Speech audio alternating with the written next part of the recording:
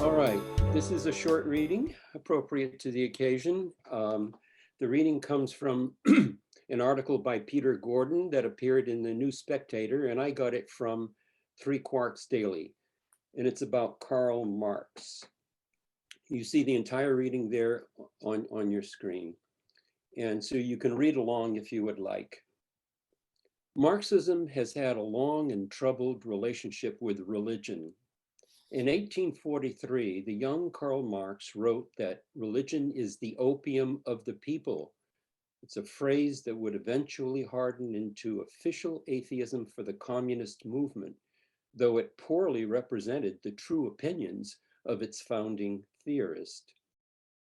After all, Marx also wrote that religion is, quote, the sentiment of a heartless world, and the soul of a soulless conditions, as if to suggest that even the most fantastical beliefs bear within themselves a protest against worldly suffering and a promise to redeem us from conditions that might otherwise appear beyond all possible change. To call Karl Marx a secularist, then, may be too simple.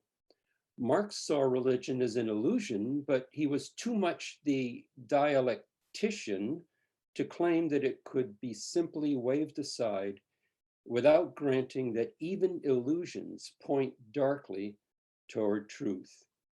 Now, that's the reading, but I have a couple of like comment type questions here because this is what comes to mind as I first saw this. And the first question would be, why do religious people think that they need religion in order to deal with reality? And corresponding question is, why do secular people think that they can do without religion, given that they're living in the same reality that we're all embedded in? And so that does it for today's reading. Thank you, Lawrence, for a very timely reading and good questions at the end. We will have plenty of time for questions of our speaker today at the end of the presentation. Few people have done more to further the awareness and appreciation of secularism than Phil Zuckerman. He has published or edited many books, including What It Means to Be Moral, Living the Secular Life, Faith No More, and the Oxford Companion to Secularism. He is also a regular contributor to Psychology Today and the Huffington Post. There are thousands of religious studies programs around the world, but only one secular studies program, and it was founded in 2011 at Pitzer College by our presenter today. He comes home to us virtually as he earned his bachelor's, master's, and doctorate in sociology at the University of Oregon. The presentation today, Secular Studies and What They Tell Us. Please welcome Phil Zuckerman. Okay. Now, what I thought I would do is, first, I think I'll tell you a little bit about how I came to this, or a little bit about my background. So I grew up in a sort of upper class enclave in Los Angeles called Pacific Palisades. It's right between Santa Monica and Malibu. All four of my grandparents were immigrants. My father's parents were very poor Jews from Warsaw. They did not go to school. They never had an education. They basically lived in the slums and got out when they could. My grandfather was an illegally immigrant to the United States. He was caught. He was deported to Canada. While he was in Montreal being housed in a jail, he got out of that jail, climbed out, broke his ankle, and snuck back into New York. So my father was my grandfather was an undocumented, uneducated, illegal immigrant. But he and his wife, he then sent for his wife 4 years later, were both atheists. They were Marxist atheists. They were not communists, though. They were social democrats. They hated the communists as the evil people they were, but they loved Marxism, and they wanted social democracy, and they wanted a kind of Bernie Sanders world. And they certainly saw religion as part of the problem. So they were early rejectors of all forms of religion, would never set foot in a house of worship, and were atheists and devoted to workers' rights and unionizing and so on and so forth. My mom's grandparents were more bourgeois. They were German speaking from Bohemia. They were well educated, and they were they rejected religion more as an intellectual enlightenment tradition, just, reading and studying and understanding that religion was myth. And so I'm a third generation non-believer. So I have, all four of my grandparents rejected religion. Two were kind of hardcore atheists. Two were sort of more enlightenment bourgeois agnostics. And my dad's parents got out of Poland pretty early. My mom's parents were still under Hitler's powers until the late 30s. They took on fake identities and tried to pass as Aryans. Finally, they got out in 38 and came to Los Angeles. So anyway, my dad grew up in the Bronx. My mom grew up in Brentwood, LA. My dad came out here. They married, and I was born in the Pacific Palisades. Now, the reason I bring up the Pacific Palisades is because I was born in 1969, and I grew up in the 70s and 80s in a very kind of secular world. And by that, I mean, religion was just really not part of anybody's, I shouldn't say anybody, but most people that I knew's reality. So I never saw people pray at meal times. This was something I saw like in TV shows, but I slept over at all my friends' houses. No one ever prayed around a mealtime.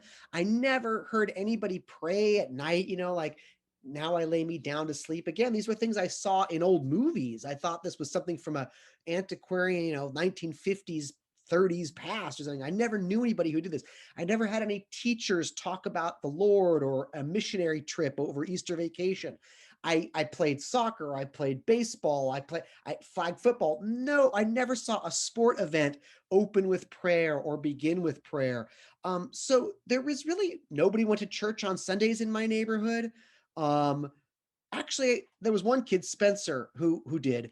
And when we found out, all the kids in the block taunted him and teased him for that. And we used to go, Spencer. Now I remember this. Spencer goes to Sunday school. Spencer's it's cruel, but you just saw that the secularity was the norm and religiosity was the fringe. Even, and it wasn't that there was no religion, right? There was certainly a synagogue, but all the Jews that went there seemed to do it for cultural reasons, not for religious reasons. I did go to there was an Episcopalian church that ran a beautiful, wonderful summer day camp, but it was all about water balloons and singing songs and painting paintings and playing capture the flag. It had nothing to do with the blood of Jesus or sin or salvation. So the point is that here was a neighborhood, a part of the world that was quite secular, and people lived their lives, paid their taxes, pursued their careers, discussed politics, et cetera, et cetera, et cetera, lived, loved, got divorced, got married, but religion just was very, very marginal. Religion existed maybe to the degree that like tropical fish collecting existed. Like I'm sure somebody collected tropical fish, but it was really no big deal. And you certainly didn't give two shits about it. And it just wasn't a dominant force anywhere at all. Okay, fast forward to, I was always, I met when I was in high school, my first serious girlfriend, Michelle, was the daughter of an evangelical minister who had come to the Palisades from either Oklahoma or Kansas or Nebraska. Quite frankly, I don't know if there's a difference between any of those states. There probably is if you're from there, but if you're not, man, I don't know. That's all one to me. Anyway, they had just come out to the area, and she and I started dating, and she lived a normal existence in high school, partying and doing all the things everybody else was doing. But one time she invited me to her church where her dad, it was the first time I'd ever been to a church service. It was a non-denominational evangelical service in a warehouse somewhere in Culver City. It wasn't the same. Anyway, I was blown away. I was like, my goodness, this is insanity. I was just like, are you kidding? I'll never forget when this young couple was invited up by my girlfriend's father, who was the pastor, with their tiny, like 2-week-old baby in their arms. And we were informed that the baby was born with a defective heart and was expected to die within the month. And everybody was to pray for this baby, and I just remember thinking, well, this is really nice that this community is supporting this poor young couple and their dying baby. But I kept thinking, like, what do you mean pray for the baby? Like, doesn't God know that the baby has a defective heart? Like, you got to ask God to save this baby's life, and you got to pray hard. Like, if you don't pray hard enough, God won't deal with it. And if 200 people do it, God might answer. But if only 20, God has better things to do. All that stuff. And I was, I became obsessed. Like, I thought, oh my goodness, religion is not just something from, the Salem witch trials. There are people in the world who still believe this stuff. And that later that night, I kind of said to her, you don't really believe this stuff, do you? And she was like, yeah, I do. Or I'm born again. I'm like, what's born again? So ever since then, I kind of became obsessed with trying to understand religion and try to figure it out. None of my friends cared about it. Nobody really cared about it. But as I went through my education and went to junior college, transferred to the University of Oregon, I was just fascinated by religion. And when you're fascinated by religion in an academic context, you're in a good place, because there's a zillion and a billion and a quadrillion things to study. You can study the history of religion. You can study the philosophy of religion. You can study the sociology of religion. You can study, the anthropology of religion and the psychology of religion. And it never ends. There's departments that study religion. There's religious studies. There are endless journals, religion of music and religion and journal of food and religion, journal of religion and politics, journal of religion and media. I mean, it's so I got into it. I studied religion. My degree was in sociology, but I focused on religion, and I studied sects and schisms and denominations, and it was great. And then I got a job at Pitzer College in Claremont, California. What I came to understand, I was a social scientist. And my understanding of the social sciences was it's an attempt to understand people.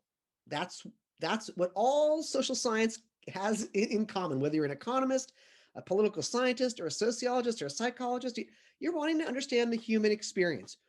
Why do people do what they do, think what they think, act the way they act, eat what they eat, work the way they work? I mean, you're studying various aspects of the human experience, trying to understand this creature, human.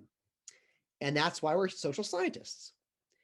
And what became increasingly clear to me was that there was no academic home or discipline to study a huge and growing chunk of humanity. I mean, if the social sciences exist to appraise and understand and analyze humanity, there was a blind spot in academia.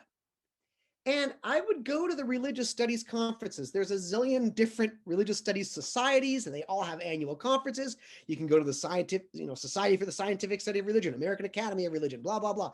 And I would go to these conferences, and I would think, well, there's a session on Mormonism and a session on Judaism and a session on evangelicals and a session on people. But what about the people I grew up with in the Palisades? They are living their lives. What about my grandparents? What about all their friends? What about all the people in Eugene that are not religious? There's a lot of them. Millions, tens of millions, hundreds of millions. And as I started thinking about this, simultaneously, I wasn't the only one. I like to think I'm brilliant, but I'm not that brilliant. There were other people, anthropologists, political scientists, some sociologists, who were also starting to say, there's a humanist group forming in my town. Who are these people? Frank Pasquale was one of the pioneers. He was up in Portland. Maybe some of you know Frank. He was the first anthropologist who started hanging out with secular groups and taking field notes. The first one, right? And that was in the 90s or early 2000s, I think. And so Frank, we started to find each other at these conferences. We kind of huddled together at these religious studies conferences, and we say, no one's studying agnostics or atheists, and no one's studying secular people. What does secular even mean? And are there different kinds of secular people? And we know there's different kinds of religious people, but no one's really talked about the shades of differences within secularity. And there's no typology of secularity, and there's no blah, blah, blah. This was happening on both sides of the Atlantic. There were scholars in Europe as well doing this. And then you had the explosion of new atheism. You had the bestseller by Dawkins and Hitchens and Harris. And suddenly you had this rise of the nuns. And it was sort of like all these things kind of came together, where suddenly you had where it used to be 5% of the US population saying they had no religion, suddenly it was 14%. And when it was 14%, this is, a while ago now, USA Today, that was frontline news, 14% of Americans say they have no religion. Then it went to 17 and 18%, then it went to 20%, 25%. Now we're safely in the 25% zone. Some put it closer to 30%. When you're among 20 somethings, it's up to 40, 42%. So we suddenly have this huge chunk, and that's just in the United States. And then we see that in Scotland, the majority of people are non-believers. And in Norway, the majority of people are non-believers. And in Estonia, and in the Czech Republic, and in Belgium, and in the Netherlands. And we see churches are closing on. Something's been going on the last 50 years that has simply not gotten the academic attention it needed. So I started teaching classes in the sociology of secularity. Who are secular people? What do we know about secular groups, et cetera, secular demographics, et cetera, et cetera. And I had a couple colleagues at Pitzer who were also interested in this. I had a historian colleague who was interested in Enlightenment thinkers and Leibniz and Hume and Dolbach and people and Diderot and those folks. And I had philosophy colleagues who were interested in existentialism. I had another sociology colleague who was interested in the Soviet Union, and he was interested in state-enforced atheism and all its ugliness. So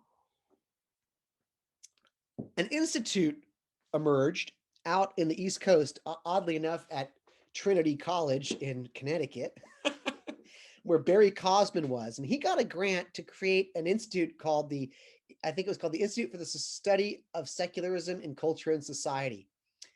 They didn't offer classes or grant degrees. They just ran surveys and studies. And I invited Barry out to Pitzer to do like a weekend workshop. And I invited all my colleagues who might have an interest in secularism and secular studies. And we sort of said, what classes do we already teach that are about secular studies? What classes could we teach in the future? And enough of us were interested in this that we were able to get a new department or program, we call them field groups at Pitzer, in secular studies passed in 2011. And students can get degrees. We're a small liberal arts college, so we don't have lots and lots and lots of students to draw from or who come running to us, but we have had several students major in secular studies or double major in secular studies. Since then, there's been two new journals. A secular studies journal has emerged, as well as the non-religion and secularity journal of what's called Journalism of Non-Religion and Secularism, or Secularism and Non-Religion. There has been a non-religion and secularity research network that is created. There are now annual conferences. We held a conference at Pitzer College that had 75 participants from about 14 different countries around the world. So there's a secular studies book series now at NYU. There's a secular studies book series now with Alain de Gruyter. More and more interest. There have been a chair of atheism was established in Florida. Chair of atheism is being established in Texas, in Austin. Others are being considered in Wisconsin. So there's a growing, burgeoning, and scholarships just have been exploding, books, articles, more and more conferences around the world. So secular studies is here. It's new, it's neonatal, it's young, but it's on the scene. So what are the goals really quick? Let me see how I'm doing on time. Okay. So the idea of secular studies is to understand secular people, secular thought, secular movements, secular culture, past and present. It's interdisciplinary, it's transdisciplinary, but let me give you some examples. So from a sociological perspective, we would like to know who is secular demographically, in terms of race, class, gender, sexual orientation. Do we see any patterns? Are certain races do certain races have higher rates of secularity than other races? Do certain ethnic groups have higher rates of secularity than others? Are men more likely to be secular than women? Are gays and lesbians more likely to be secular than straight people? We're also interested in secular social movements, be they political, be they cultural, be they ideological, be they recreational. How do secular families raise their kids? How does secularity intersect with other aspects of society, the media, the educational system, the military, things like that? From a historical perspective, and I think this, it's sort of like, wait a minute, What's the history of secularity? Were there secular people in the past? Who were they? Did they write their ideas down? Were they active in their community? What do we know about secularism? And what do we find going back to ancient India, ancient China, ancient Rome, ancient Greece? Do we find evidence of atheism, humanism, agnosticism, skepticism? How did secularism become articulated in different cultural contexts over time? Were there secular movements? What role did secularism play in the Enlightenment? What role does secularism play in modernity, and so on and so forth? So there's a lot there that's just been overlooked, but historians are starting to take it seriously. Of course, there's the meta questions of what do we mean by secular? So there's the sort of nomenclature of the discipline that has to be created. What does secular mean? What do these labels mean? That's another one. From a psychological perspective, what do we know about secular people's minds, personalities, brains? Are they different from religious people's? Do they have different personality traits? Do they have different coping mechanisms? How do secular people cope with stress, tragedy, trauma in ways that are different from religious people? Do secular people have different propensities in terms of, if we want to measure intelligence? I'm skeptical of that, but if we wanted to, or emotional intelligence, all the things that psychologists study, but now we're adding the secular to that array of types of people to study. Anthropology, right? The study of culture. Well, what does secular culture look like? Are there secular rituals? Are there secular symbols? Are there those that are sort of actively secular or passively secular? Are they latently secular or manifesting secularity? These are the kind of things that we might look at anthropologically. Neurology, the brains of secular people. Again, are they different from the brains of religious people, and how so? Political studies, political science. My goodness, how can you understand contemporary Turkey? How can you understand contemporary America? How can you understand contemporary Israel? How can you understand contemporary Nepal or contemporary Argentina or Ireland if you don't understand the role, or India, that secularism is playing in certain social movements, in certain political movements, in certain nationalistic movements? So that's just, sociology, history, psychology, anthropology, neurology. But I mean, you can study, there's art and literature, the humanities. How does secularity express itself through literature, through film, through sculpture, through painting, through poetry, so on and so forth. So the idea is simply to transdisciplinary, interdisciplinarily study secularity as it is manifested, past and present, at the individual level, at the group level, at the family level, at the political level, at the social movement level. So we've got our work cut out for us. There's a wide open terrain, and more grad students are taking this on, more and more scholars are taking this on. So it's an exciting time for me to be part of secular studies. So the question is, what are some of our early findings? I can just present a few, and then we can open it up for questions. One of the things we try to understand is what causes secularization, right? What is causing the rise of the nuns? It's not easy. What factors contribute towards increasingly secularizing society? We look at things like the role of education, the role of the internet, the role of women working outside the home, reactions against religious malfeasance like the pedophile priest scandal. We're interested in the ways in which Trump's evangelicalism is going to turn off a whole other new generation against Christianity. We're already seeing that happen. In terms of psychology, we already see that secular people on average tend to be a little bit more individualistic than the religious. They tend to be more able to employ self-reliance. They tend to be more empathetic. Politically, we see that secular people are much more likely to be progressive, to support women's rights, to support gay rights, to support environmental restrictions to try to stop climate change. We know that secular people are more accepting of science and empiricism. We know that secular people are more likely to, white secular people are more likely to support Black Lives Matter. Not always. There are, some secular people that are not this way. But so, we're studying the ways in which we know that when we've got some early studies with secular parenting. Secular parents are much more likely to encourage their children to think for themselves, for example. They're much less likely to stress obedience than the religious. We know that secular parents struggle with wanting their children to make up their own minds and not wanting to force their own secularity on them, which is a paradox and a dilemma that religious parents don't face, because religious parents just love to shovel, the religion down their children's throats.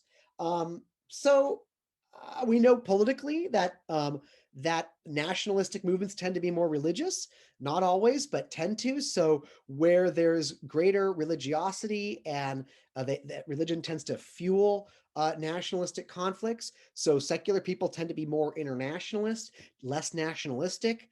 Just to give you an obvious example, in the Israeli-Palestinian conflict, the more religious on each side are the more hostile and the more militarized, and the more secular on each side are the more leaning towards a democratic coexistence and the rights of each. So that's just one example. I could go on, but I don't want to just start rambling. And I think, I can talk more, but why don't we at least see if there's any questions that could prompt me to discuss things more in depth? Because I've tried to give you an overview of where I'm coming from, how secular studies started, what it is we try to do in secular studies. And yeah, so is it okay if I just open it up now, Todd?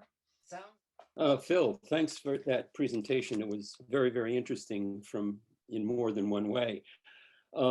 I was especially interested in your pointing out that secularity has been on the increase in our own country. That is very interesting, and it makes me wonder what it is about Europe, the European countries, that my understanding has been is that they've been way more secular than we Americans have been. And I wonder if you've had occasion to look at that and just say more about that. You bet. Thanks so much, Lord. So you're absolutely correct. For the last, 75 years, particularly Northwestern Europe, have been at the forefront of what I would call organic secularity. And I want to distinguish between organic and coercive. So we have had regimes that were dictatorial, violent, oppressive regimes that also were atheistic and tried to stamp out and destroy religion. The most famous examples of that would be the Soviet Union, where the government policy was to persecute and kill and imprison and torture religious people. So they stomped out religiosity while they were in power. China does a really good job of oppressing religion. Albania did a good job. So aside from those coercive secularizing regimes, when I talk about organic secularity, I mean these are free, open, democratic societies where there is no government pressure to be religious or not religious to varying degrees. And so in Europe, particularly Scandinavia, Scotland, I've already mentioned, and England, the Netherlands, Belgium, Germany, France, the sort of Northwestern Europe mostly have been the most secular societies in the last 75 years the world has ever seen. You've had the complete drops of church attendance, churches closing constantly, being shut down due to lack of customers. You have huge rates of atheism, agnosticism, skepticism, non-belief. You have Estonia, the majority of people, Czech Republic. So there's going to be different causes in each society depending on their past, their relationship with government and the church, and depending on their histories. For example, in Czech Republic, you have this history with Jan Hus going way back hundreds of years. So it's going to be idiosyncratic. You have the strong Lutheranism in Scandinavia, but it seems to me that the biggest factors are going to be the following. Number one, it seems as though when people have what we call existential security, religiosity tends to go down. Meaning, when your existence, not philosophical existentialism, but when your existence is pretty safe and secure, like you're not going to die immediately from a marauding band of criminals, or lack of medicine, or lack of sanitation, or lack of shelter. So where societies have been able to provide people with decent education, decent housing, jobs, healthcare, and there's stability in the society, so it's not constant warfare or revolution or political chaos and demagogues and so on and so forth. When society becomes relatively safe and secure for most people, the need for religion tends to plummet. And that is exactly what has happened in Scandinavia. Scandinavia were the first nations to successfully create a kind of capitalist welfare state where you still had private ownership and competition and wealth, but you had an incredible welfare state, cradle to grave care. Everybody has excellent health care. There's excellent elder care, excellent child care, free education for everybody at all levels, excellent unemployment benefits, et cetera, et cetera, et cetera. And this is where we see religion start to plummet radically. So wherever there has been a strong welfare state, so Europe was the first societies to create successful universal healthcare systems, right? The Soviet Union also tried to have free healthcare, but it was just really bad because it was communist hell. But in Western Europe, you had democracy and strong social welfare, well-educated populations, and this seemed to be a recipe for secularity. On top of that, it's where Darwin was from. I mean, let's not forget, Darwin comes from England. Darwin's views are born there. So the British are the first to kind of learn about evolution and read about it and discuss it. And that's, in fact, the first organized movements of secularism come from England, the free thought movement in the 1840s, 1850s, people like Holyoake and people like Annie Besant and people like, oh gosh, who was Holyoake's nemesis? I forget, it'll come to me. Anyway, you have these early free thought movements in England in the 1840s, 50s, 60s, 70s, 80s, 90s, producing magazines and newspapers and having debates and talks. So there's been movement in Europe too, secular movement. So it's a combination of secularism sort of promulgating itself through speeches and magazines and journals and newspapers and Darwinian thought, as well as excellent welfare and peace and prosperity post World War II.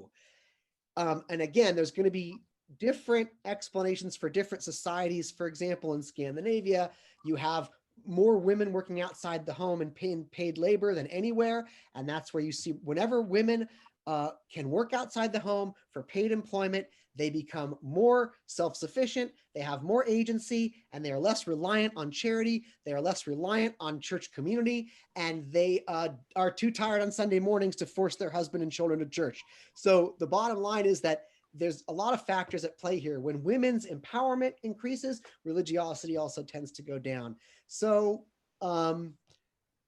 that's my best. I hope that helped. Yes.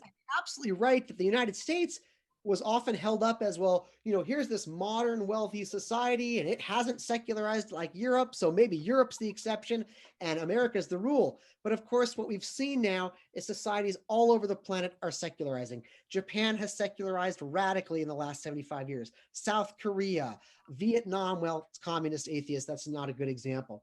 We have seen Uruguay, Chile, Argentina exploding in secularity. In South America, Costa Rica, Belize, even Mexico has seen an uptick. Even Brazil has seen a slight uptick. Canada has gone secular. Australia, New Zealand, we see pockets of secularity. So in Latin America, in all throughout Asia, Europe, and now, of course, the United States, which is now secularizing rapidly. So it's more safe to say that it is still the poor, insecure nations on earth that still have strong religiosity, just as the theory of secularization would predict, where there's political chaos, hunger, lack of work, lack of healthcare, lack of housing. That's where religion tends to be strongest.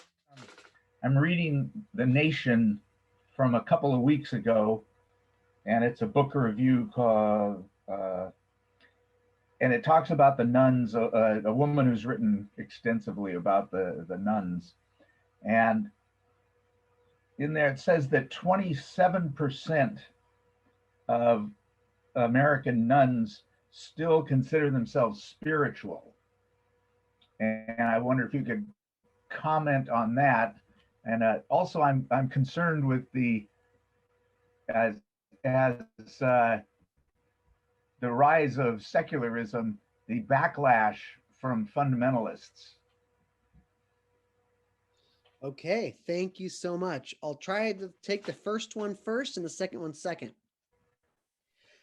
So when we try to study religiosity or secularity in the social sciences, you have, what is it you're actually studying? You have to have data.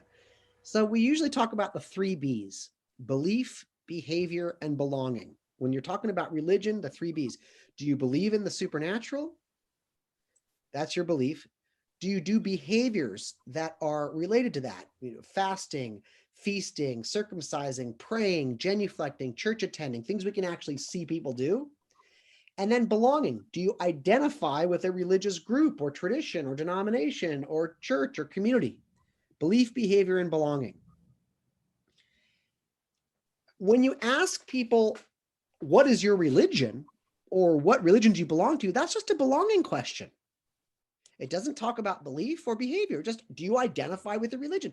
And when people are asked, what is your religion? They're given options, Lutheran, Calvinist, Mennonite, Roman Catholic, Episcopalian, Coptic, Jewish, Muslim. They're given, these are the groups. And so all the nuns is, N-O-N-E-S, is that someone says none of the above. I'm not a member of any of these religious organizations that you're providing me as examples. It doesn't say what they believe, and it doesn't say what they do. So someone could say, none, I'm not a member of any of these, and deeply believe in God or Zeus. And they could, sacrifice a squirrel to God or Zeus 3 times a day. We don't know. All it is said is, when they were asked, are you a member of any of these religions? They said, no, I'm not a member. Okay, so when we get to the nuns, however, when we say the rise of the nuns, it's a really nice bit of data because it's saying, wow, 27% of Americans or 30% of Americans do not identify with a religion. That's a pretty strong indication that they don't also believe and behave, because we know that belonging is one of the biggest correlates of belief and behavior, but it's just a correlate. It doesn't guarantee it. So we think, so what the American Religious Identification Study did back in 2007, so it's a little bit old, they went to the nuns, the N-O-N-E-S's, and then they asked them their beliefs. Okay, you say you don't identify with a religion. Do you believe in God? Yes or no? And what we found was, if I remember correctly, about 25% said they did not believe in God of the nuns. So this is so of the people that said they don't have a religion, 25% said they didn't believe in God. Another 25% said they didn't know or couldn't know. So you have about 50% that are atheist or agnostic. 25% said they didn't believe in God, but they believed in a universal, magical, cosmic spirit. So they didn't like the God word, but they weren't atheists or agnostics. And 25% said, yes, I believe in God. So I don't belong to a church because I think churches are bullshit, but I still believe in God, 25%. So it's not a clear cut. Whenever you see the rise of the nuns or 30% of nuns, that doesn't mean 30% of Americans are atheists. It just means 30% of Americans don't identify with a religion. However, and here we go. On the flip side, many people who identify with a religion are atheists or agnostics. So for example, if I'm presented with a question, what is your religion? And I see Jewish up there, my name's Phil Zuckerman. What? All my parents were Jews. Like, what am I going to not tick Jewish? And of course I'm going to. So, but it's a struggle because I'm a hardcore secularist. I'm often anti-religious, too much so for Frank's liking. But the point is that I struggle with that question. There are many people. Sure, I'm Lutheran. You ask a Scandinavian, are they Lutheran? Of course they're going to say yes. You ask them if they believe in God, and they'll scratch their head and kind of say, well, what do you mean? I don't know. Not really. So many people who were raised Catholic are going to. So the point is that even though of the nuns, some are believers, many of the people who identify with a religion today are atheists or agnostics in orientation. Hi, Frank. It's so good to see you. Did you hear when I mentioned your early pioneering research? Oh, good. I didn't even know you were there.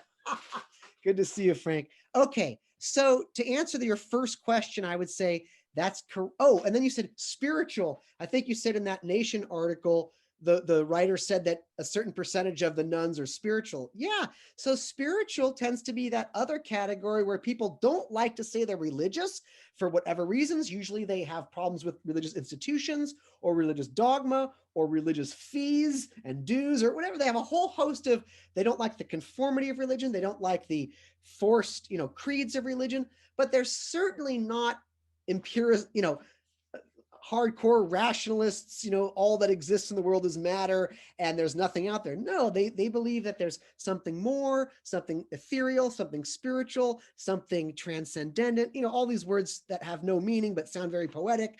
And that they, certainly, so it's a more kind of individualistic spirituality that's very important to them. So I think a lot of people say, I'm not religious, but I'm spiritual, meaning I don't align myself with a traditional institutional body of religion. But boy, when I go out and look at the stars and I feel the cosmic vibrations that run through all of us, and these crystals really help me feel that cosmic vibration, and and so on and so forth. I think I've already forgotten your second question. I think it was about a backlash. Well, I'm not sure. A backlash? I mean, shit, religion's dominated everything forever. Are you kidding? Like, let's only hope let's hope we do have enough influence in society to generate a backlash. I mean, my goodness, religion has hundreds of billions of dollars. They blast their message on every radio station. They own, huge media companies. They own a zillion summer camps. They run a zillion rock concerts. I mean, the evangelicals dominate our military. They dominate our White House. They dominate, come on, like, if we're worried about the backlash is here. They're killing us. They're killing police at the Capitol. I mean, the evangelical backlash is armed and ready to line us all up against a wall. So as far as I'm concerned, secular humanism needs to advance at all levels. And if we generate a backlash, I don't know how it could be any worse than what we're already living under. They're already trying to destroy women's rights for reproductive responsibility. They're trying to take away the rights of gays and lesbians. They're trying to put 10 commandments up in our public school. I mean, I'm not afraid of any backlash. I think we need to actively resist the Christian nationalists who are successfully infiltrated almost every major institution, save perhaps the entertainment industry in this country. They dominate school boards, they dominate city councils, they dominate the White House, they dominate the Supreme Court, for God's sake. Don't get me started. I think we need secular activism, and we need it now. And let's hope there's a backlash, because that means at least we made some gains. Talking about this flourishing of academic and scientific and secular studies, and I wonder if this is all kind of news to me. If you could catch me up to date, what's happened in the last so many years?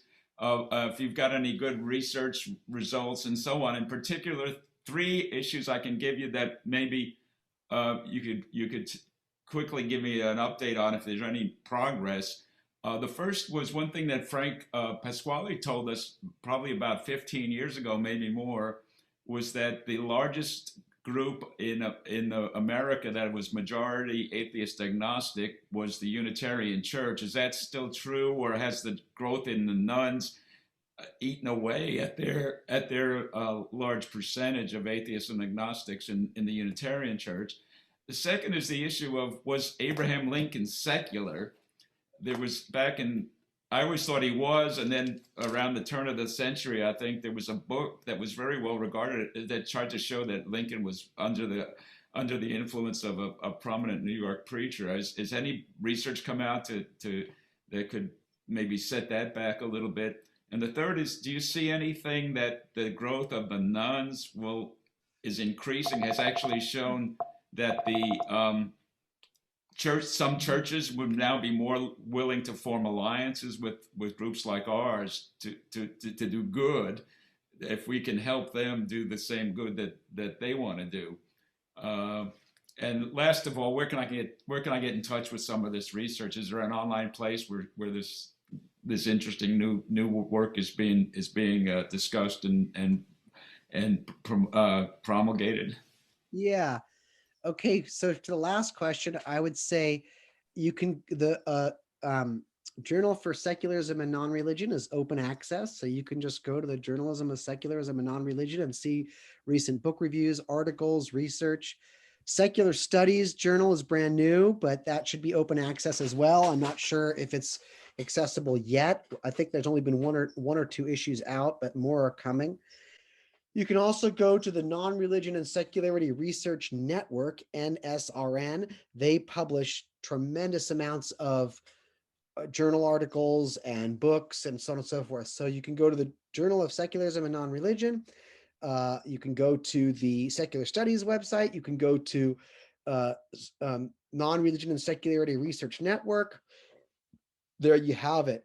Let me see if I can go backwards from there. I don't know enough about Abe Lincoln to weigh in on that, but I'm sure that will be a long-standing debate. I've seen both. I've seen people that show the ways in which he was secular, others show the ways in which he wasn't. Of course, it all has to be taken in the context of the time. We can't be anachronistic here. So the fact that he was not a church member or a church attender is pretty significant back in the 1800s as opposed to now. It still is significant for a president to not attend church, but back then that was, I think, more or less significant, but I'm not a historian. You can comb his letters. You can comb his correspondence. So I know James Haught in his book, 20,000 Years of Disbelief, kind of lays out the ways in which Lincoln was secular, but others, of course, can find ways in which he talks about God and Christ. So I really don't know. It's an open question, but it's certainly a wonderful question.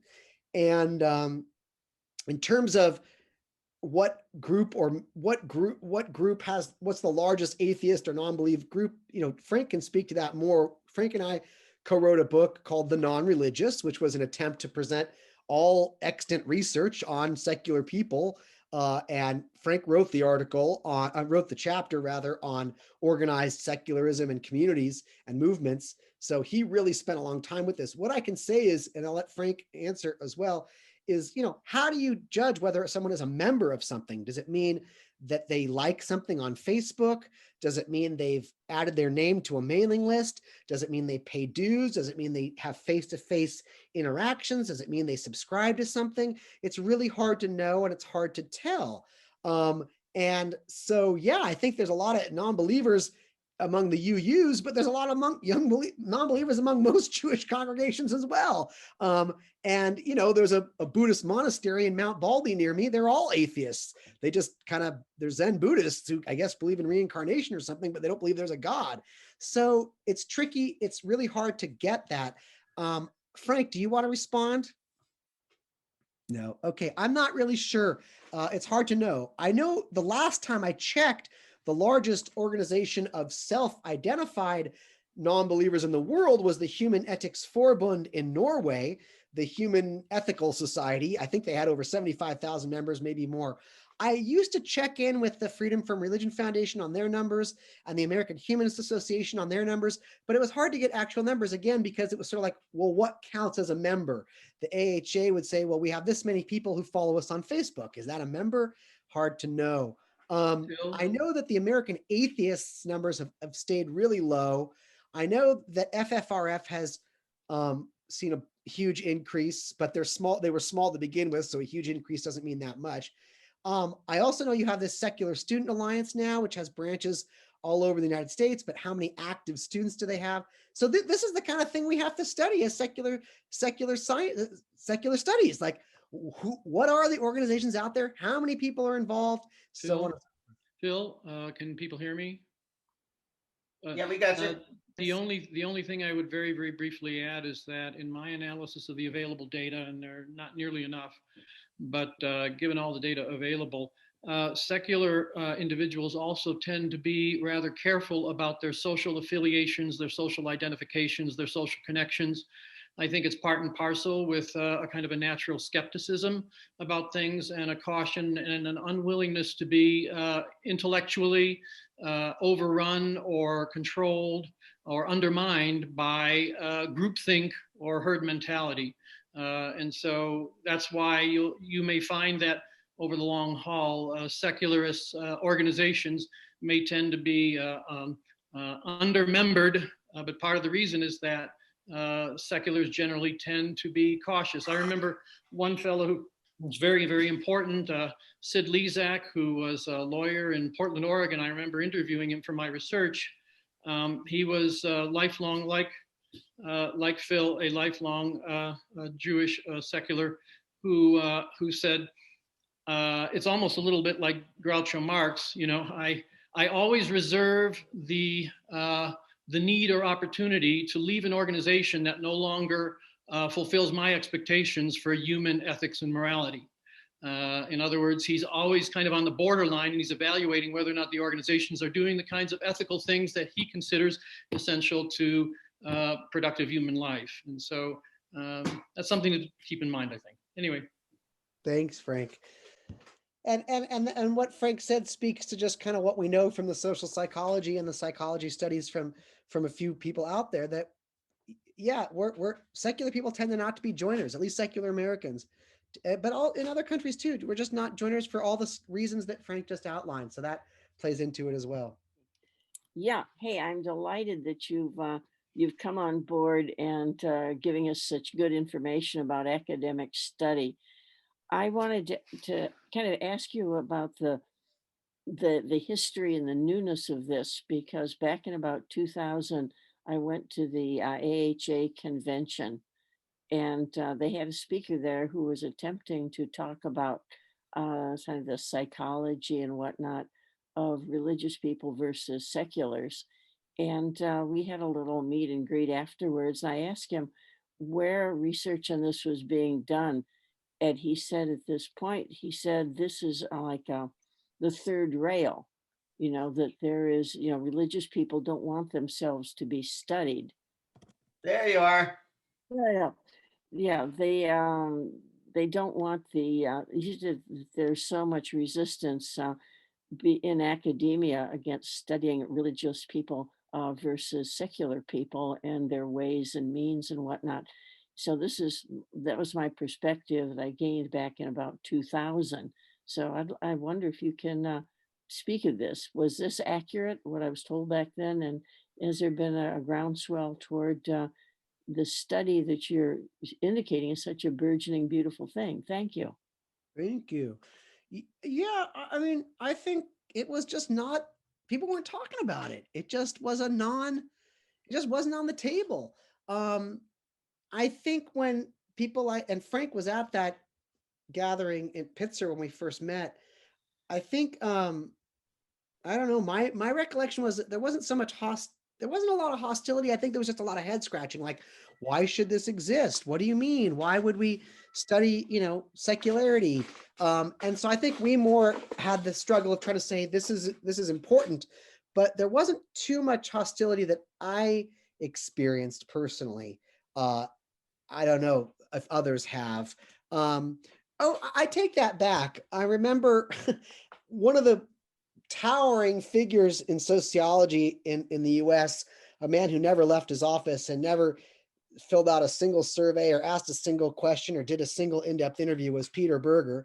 Brilliant writer, brilliant scholar, brilliant observer, never could get his hands dirty by actually talking to any humans.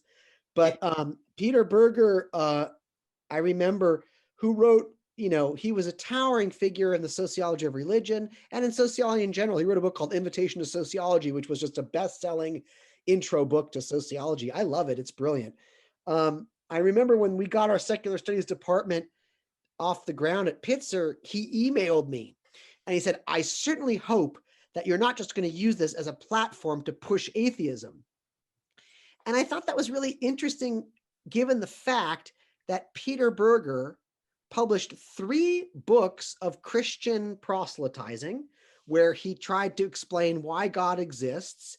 He also founded an institute called, the Study for Society and Religion or something at Boston. I don't know if he was at Boston College or Boston University. There's so many schools back there. And I wonder, I scratched my head and I thought, I wonder when he founded his Institute for the Study of Religion and Society, if anybody emailed him and said, now, Peter, I certainly hope you're not going to use this as a platform to push Jesus, So there was a little bit of skepticism, but I will say, to be fair, I am a secularist, so I am not a detached, perfectly objective observer of this secular phenomena. And I do struggle with, I wear two hats. On the one hand, I try to write fair, balanced, data supported research. I mean, the book that Frank and I published with Oxford, it was peer reviewed. It's a pretty dry read. I don't think it's going to galvanize anybody to march in the streets. It's basically an extensive lit review and data presentation. On the other hand, in my other life, I do write books and articles that are critiquing religion and advocating secularism and secular humanism. So it's not that far-fetched. A lot of us who are drawn to secular studies are secular, just like a lot of people who are drawn to religious studies are religious. But we try to be aware of that. We try to temper that. We know that if it's just used as a platform to hammer atheism, it's not going to be respected. It's going to become quite boring, and it's going to be quite self-defeating and just navel-gazing. So, and there have been more and more people who are religious. NYU just studied a book called None of the Above: The Rise of the Nuns in Canada and the US by Joel Thiessen, who is a Christian who teaches at a Christian college in Canada. So there are more and more people who are taking secularity seriously from a variety of orientations, which I think is just a wonderful, wonderful thing. I was thrilled that Joel wrote his book. He's a believer in Jesus, but he also is interested in secularity. Yeah, I have two questions. One is your use of the word secularism reminds me of an issue I had years ago with some Christians who described atheism as a belief system. And I thought, no, it's not a belief system. It's no more a belief system than not believing that Santa Claus exists as a belief system. It's just a decision on one particular question. So I think that you're not saying secularism is a belief system, right? My second question is, do you think that that people who have faith in science, strike the word faith, confidence in science, get some of the same psychological benefits that religion gives to those people? Except the difference is also, we also get better health outcomes than they do. And we live, although being religiously involved in a community does tend to prolong your life. It's the community aspect, not the fairy tales.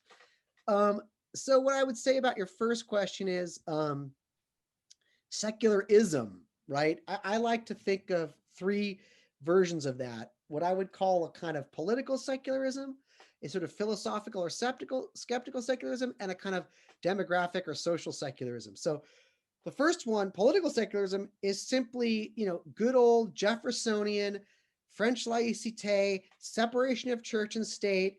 The government should be neutral. It should not take sides or affiliate with any religion. And you can be a believer and still support that kind of secularism. In fact, historically, many believers did, including many of the founders of this republic who were believers but wanted to keep church and state separate. When Jefferson wrote that phrase, wall of separation between church and state, that was in a letter to Baptists in Connecticut, assuring them that the government would not, crush religious dissenters, not assuring them that we would all be atheists or something. So the political secularism is simply a position or movement around what is the relationship between the church and the state. And you can be a believer or a non-believer. You can believe in that kind of secularism. It's, in a sense, it's a question about government and politics and civil society, and you can believe in it, support it, or not. Philosophical or skeptical secularism is what I would call those activities, words, and movements that are aimed at disabusing humans of their religious follies and fantasies and beliefs. So that would be the Sam Harris's, the Richard Dawkins. They're not talking about separation of church and state. They're talking about don't believe stupid things. Religion does harm. We need to stop being religious. So that's activism around, intellectual activism, political activism, scholarly activism, try to fight against religion in society, try to reduce its presence, reduce the number of believers, because it is seen as religion as a bad force in society. And the more people we can get to reject it, the better off we will be. And then that does have a belief component. I mean, you have to believe that, in a sense, religion does more harm than good. And you have to believe that the world would be better without religion. And maybe that belief is data driven, maybe not, who can say? And then finally, secularism that's more social or demographic is simply what we mean by just a weakening of religion in society. More liquor stores open on Sunday, fewer people going to church, fewer people observing religious holidays, fewer people praying. It's just a kind of something that's taking place that we can observe sociologically. So secularism is tricky. Does it entail a belief? It depends which secularism you're talking about. Sometimes yes, sometimes no.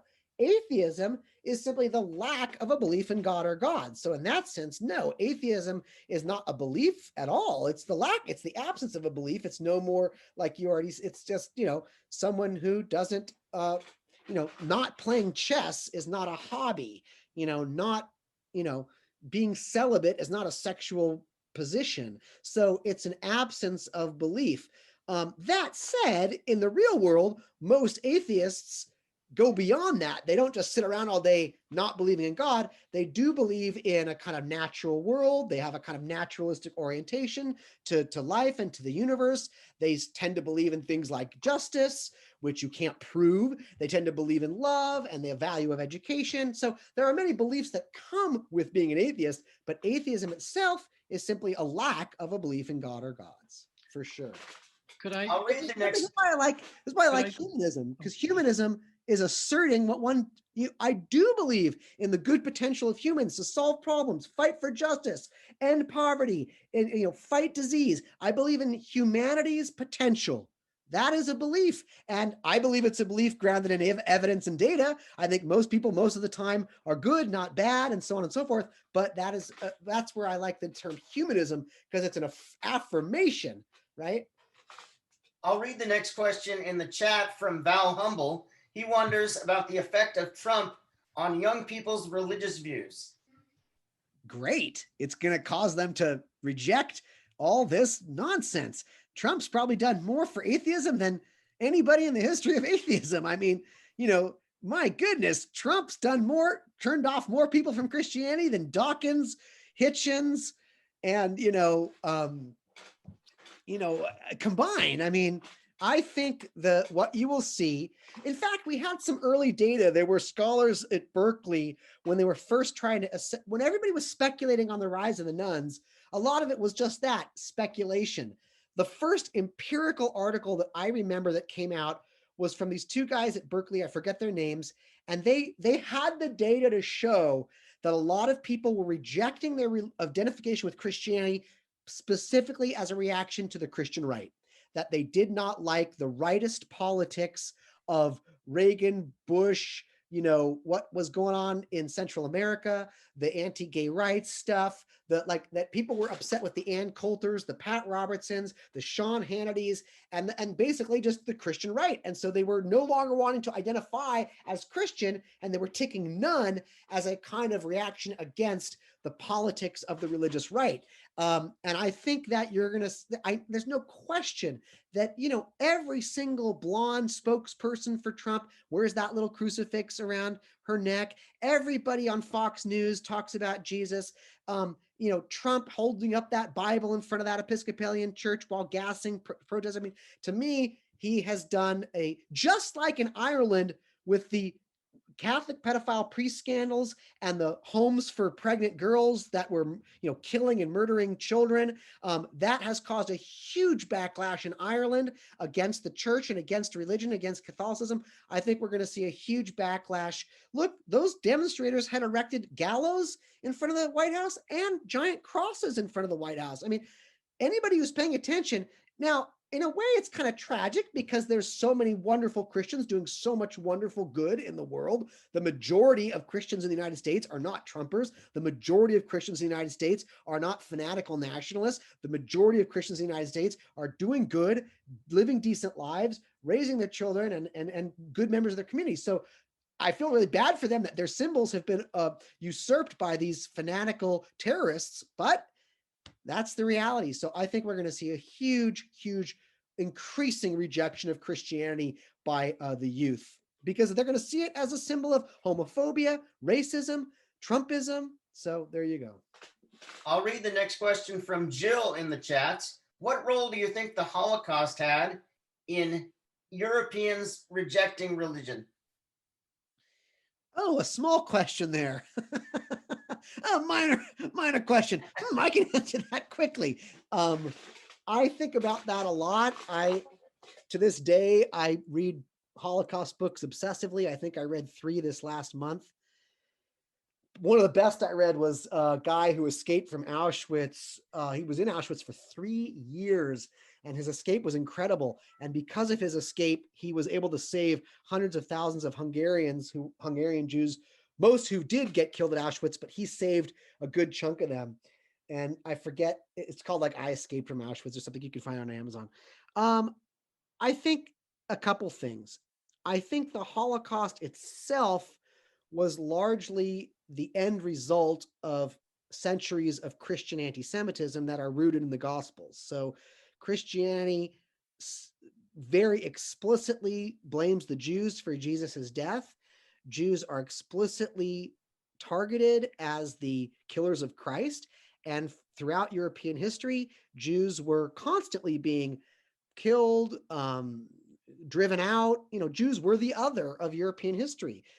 They were the hated minority, and they were hounded, and it only culminated in the Holocaust. The Holocaust was a culmination. It wasn't a sort of one-off. It was the culmination of centuries of persecutions, pogroms, exiles, and so on and so forth, rooted in obviously xenophobia and all that stuff, but also in Christian theology. No question about it.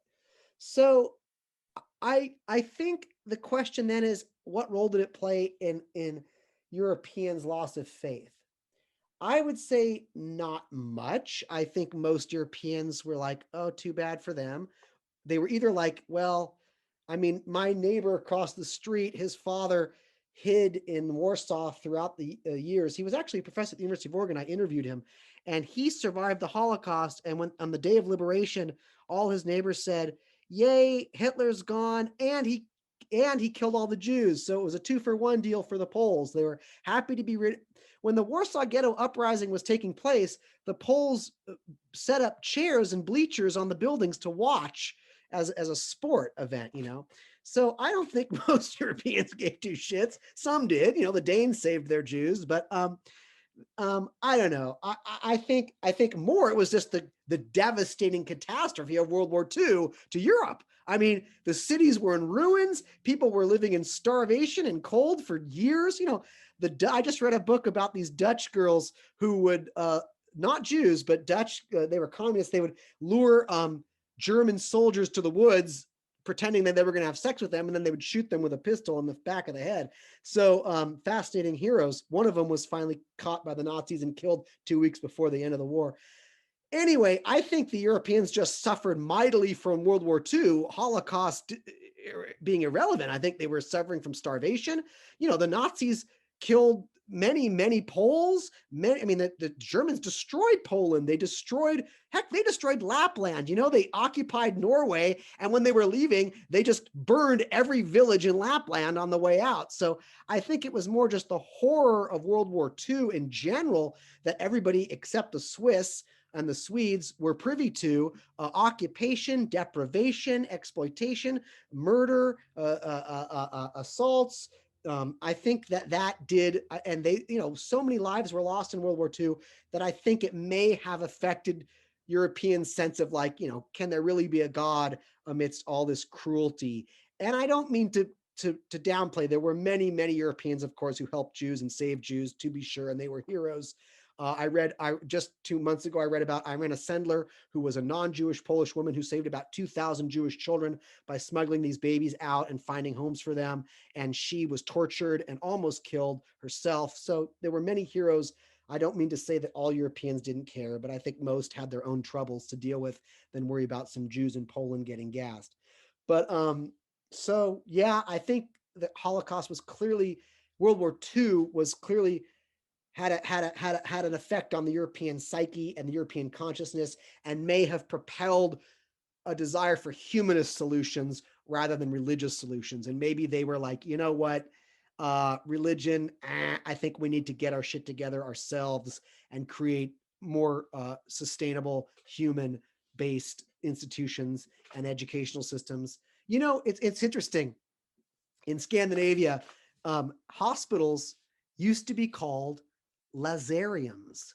Lazariums. Does anybody, with a show of hand, they called hospitals lazariums, especially in Sweden. So that was after the man that Jesus rose, Lazar, who he rises out of the grave, like you will rise up. So it's sort of like we're going to rise you up like Jesus. After World War II, they changed all the names to sick house, sickahus.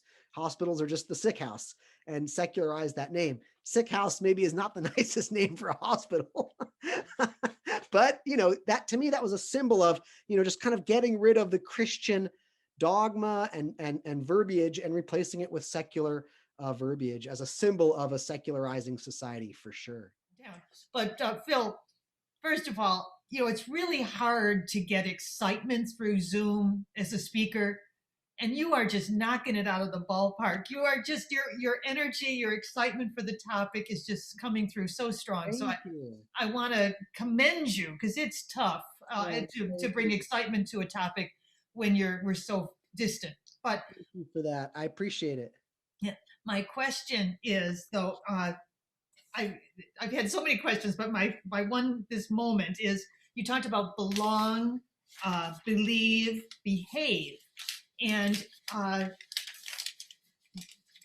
Christian churches, or churches in general, churches, Muslim, all churches do good works. I've been part of their good works, passing out sandwiches, law clinics for free.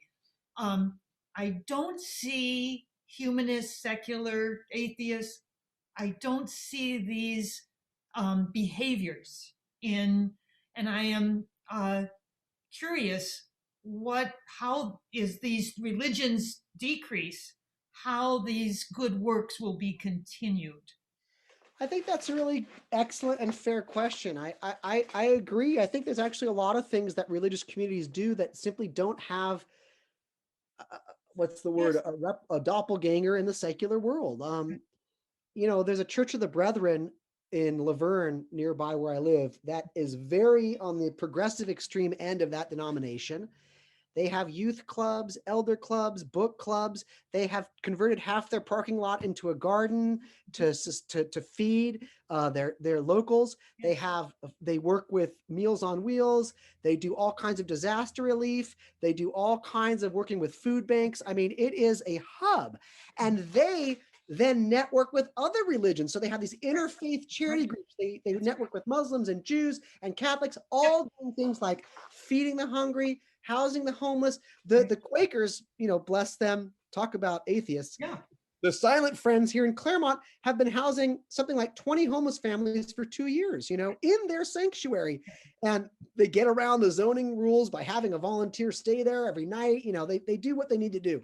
So I would agree with you that when you look at the secular landscape, you tend to see a lot of white guys sitting around coffee talking about what bullshit religion is, but they're not doing, the charitable work, the food banking, and so on and so forth. So there's a couple things I would say to that. One is humanism has not, atheism, that kind of rejection of religion, critiquing of religion, gets a lot of play in certain circles, but a kind of active humanist for good, we haven't laid the groundwork. We don't have the institutional structure. We don't have humanist community centers in every town where you can go and see a speaker one night, listen to a concert one night, and sign up for the latest charitable event the next night. We just don't have that structure yet. Right. And who knows if we'll ever be able to do that. What I always say to humanist groups that ask me this is partner with those that are already doing it. Partner with the UUs, partner with the Quaker Friends, partner with the liberal synagogue. I mean, just simply say to them, hey, we're a group of 50 people. We want to help. What do you got going? They'll help. That's a surefire way. So we're not going to get the media attention, and we're not even going to get the but we can start to do that. I remember studying a group in Colorado. I wrote for my book, Second Life, called Humanists Doing Good. And they were a group of humanists in Grand Junction, Colorado, who specifically for what you said, they said they just started to engage in charitable projects. They weren't going to sit around and discuss the latest philosophy book. They weren't going to sit, they were going to just do. Now, where there are successful humanist congregations, for example, in Minneapolis, Minnesota, is a huge, successful humanist congregation. They've got like 4 humanist pastors. David Burdine is the head pastor. They have services on Sunday, and they are doing charitable structured work. But here's the final thing I'm going to say, and it's not really, maybe it's an excuse, but the bottom line is, for the problems that charity is addressing, hunger, homelessness, lack of education, these are systemic problems that can either be solved structurally or through charity. And what we find is the structural solutions do a much better job than the charitable. All you have to do is look up rankings of countries that have the lowest poverty rates, lowest malnutrition rates, lowest homelessness rates. They're all societies with social welfare. They're Scandinavia. They're all the societies that have implemented, they've reduced charity through institutions, not handouts. And in a sense, secular people are much more likely to vote to have universal health care. We're much more likely to vote to provide for affordable housing. We're much more likely to vote for free education. So actually, secular people have the values, and they will put their money where their mouth is. They will say, yes, raise my taxes if it will end homelessness, end hunger, end disease, raise my taxes. Do it that way. What we don't like to do is join some group, sing Kumbaya for 45 minutes, and then, sign up for the sandwich deliveries. And if we implemented sane social policies, we wouldn't have to hand out sandwiches to Skid Row because there would be no Skid Row. First of all, yay for your last answer. It's if you had things taken care of at a sociological level, you wouldn't need all this do-gooderism. That's right. If you're looking for who are my people are political parties. That's who my people are. So like you're saying, what do you do socially to make a difference? Now, it may get a little esoteric, partly because I've been fooling around with this for a while, but your 3 Bs, you mentioned the first one, belief in the supernatural, and that's what really interests me, because it seems to me that the cut that you want to make here, when we talk about secular and religious, or religious and sectarian, those are not the cuts to me that matter. The cuts that matter are supernatural versus natural. I agree. And one might say, instead of belief, there are ideologies of the supernatural or the natural, some of which may be well developed and somewhat be very poorly developed. I just believe in some kind of spooks in the world. Oh, no, I've got a very, we'll give you Catholicism or Judaism, we'll just go on and on and on and on. But what I'm interested in is, there are many people who describe themselves as spiritual but not religious. Now, myself, I'm interested in spiritual but not supernatural. In other words, these people who are talking about, they're using this language of the spiritual, I don't think they're talking about nothing. I think they're talking about something. But the question is, could they talk about it in a non-supernatural way? And to get way too wonky, but in other words, their ideology is some kind of monism. They just reject dualism as a way to go about understanding the world. Now, so my question to you is anybody recognizing this idea of not spiritual but not religious, because then that leaves us all other kinds of supernaturalism, but spiritual and not supernatural?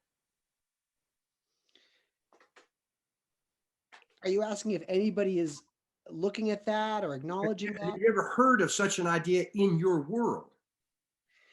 No. I mean, I'm sure people are studying it because it's a wide, huge field, but to be quite honest, I don't really know what you mean. Can you give me an example of a spiritual belief that's non-supernatural? Yes. Let me ask you to do this little activity. Uh-oh. Notice anything. Notice your arm against your face, right?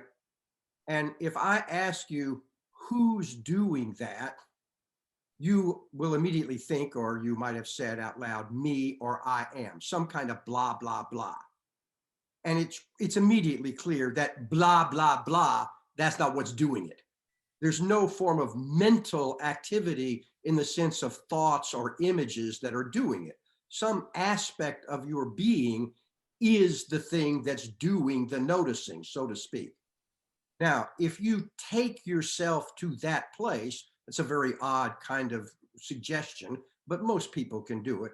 If you take yourself to that place, when you get there, you find that you are at a place from which you can notice thoughts and images, you can notice the world, you can notice your sensations, but every time you try to notice it, then you step back from it, and you step back from it, and you step back from it. It's a place from which you can do things, but you can't directly make contact with it, except that you then step back further. Okay. And I can tell you a whole lot of other things that happen from this place. When you're at this place, you have no doubt about your control over your hands and arms and feet and mouth, regardless of what your thoughts and feelings are. People are at this, you might say, they're at the center, they're at the eye of a hurricane. No matter how frightened they are, they still do things. No matter how angry they are, they still resist doing things. It is a place of choice that doesn't exist if you're simply in your mind or your body. All this, I mean, it's all this kind of stuff. When I come back to Portland, I hope you'll eat some mushrooms with me and we can walk through the woods. Well, and so that there is this, but nobody will think when you eat mushrooms that you talk to God. You ate mushrooms. That's what you get. I haven't in a long time, but you're reminding me of when I did in high school. My friend Josh was saying stuff like this. It blew my mind. So I can't speak to it directly, Hank, but we're gonna experience it together. And I think I'm gonna have a spiritual, non-supernatural experience with you. Well, that is a good note to end our questions. Phil, thank you so much for your good work and your very enthusiastic and informative presentation today. Thank you all. Thank you all. My pleasure. I put some articles and resources in the chat. Please bring me back when we're done with COVID. I'd love to come and see you all in person. And Frank, it's good to see you. I'm going to reply to your email shortly. And I hope to see you soon too, Frank. As soon as this COVID's over, I'm buying a ticket. All right. We have an HTP mug on the way to you as a souvenir of your presentation today. Awesome. Thank you so much. Okay. Thank you.